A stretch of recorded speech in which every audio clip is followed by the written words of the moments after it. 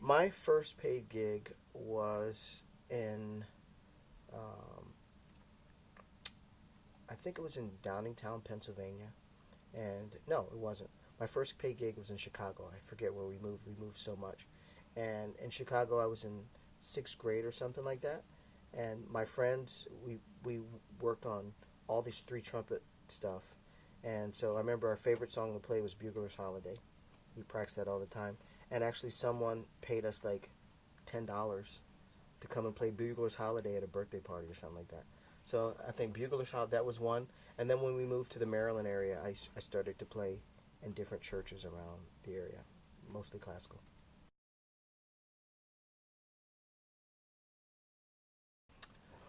Well, my teachers and mentors have been Professor Fielder, who was a great trumpet teacher, and even my teacher in college. His name was Emerson Head, and um, I've had just other really great teachers. But when I came to New York, there were just people like Clark Terry, like John Faddis, um, who were just really instrumental in guiding me and leading me. Wynton was really great, and tons of other people, Jimmy Heath, Frank West, just so many people were just really instrumental in being patient with me, knowing that I was starting super late, um, and kind of guiding me, through a career.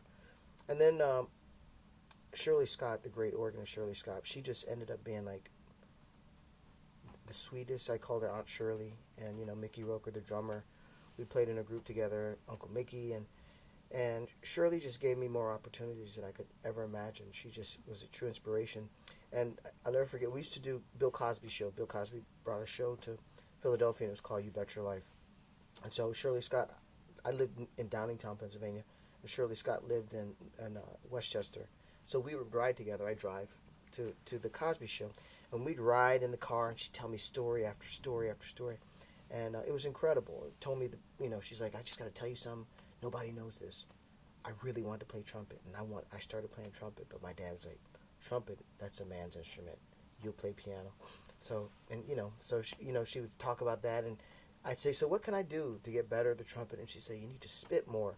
And I said, spit more? She goes, yeah, more articulation, like Lee Morgan. And she goes, that's how you express yourself. Playing the trumpet and the way you express yourself should be like the way you speak. It should be articulate but precise, and it should have soul. And so it was really interesting how she equated, music to speech and improvisation to speech. So we talked about that, and then she was teaching at this college, Cheney University. And when I graduated from Maryland, had a teaching degree, but I never wanted to teach. I wanted just to play. So in doing this show, she would pressure me to teach at her school, and I'd say, no thanks, I don't want to teach, I just want to play. And then Mr. Cosby started to pressure me about teaching. And he coerced me into teaching, and I started to teach at Shirley Scott School, Cheney University. And then from there, I got the Temple position.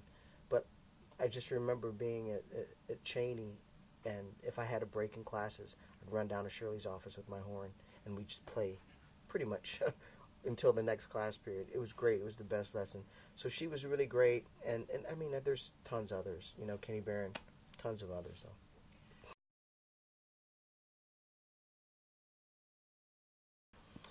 How do I juggle being an active musician, administrator, and educator?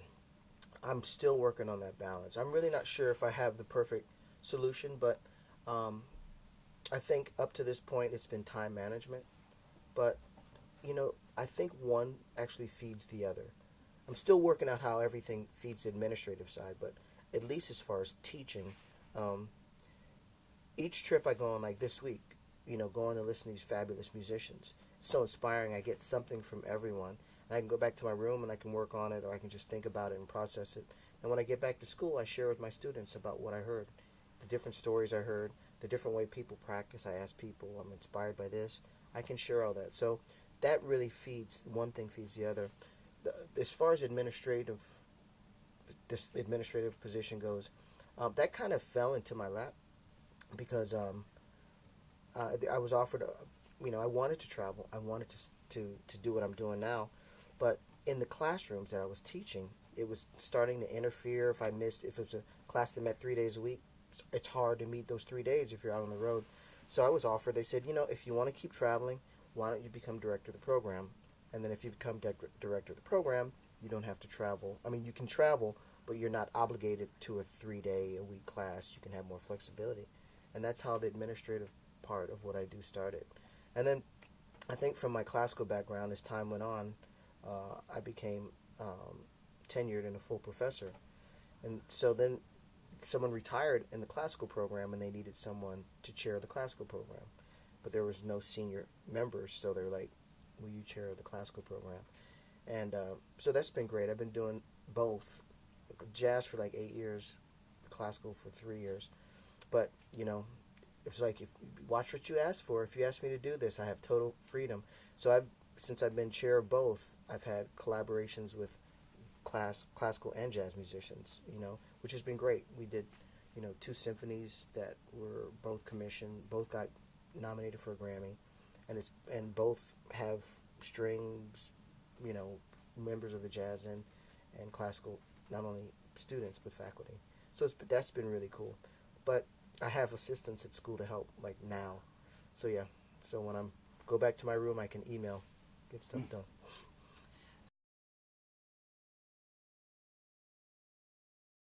Um, I would love people that I haven't played with that I would love to play with. One would be I would love to play with Herbie Hancock.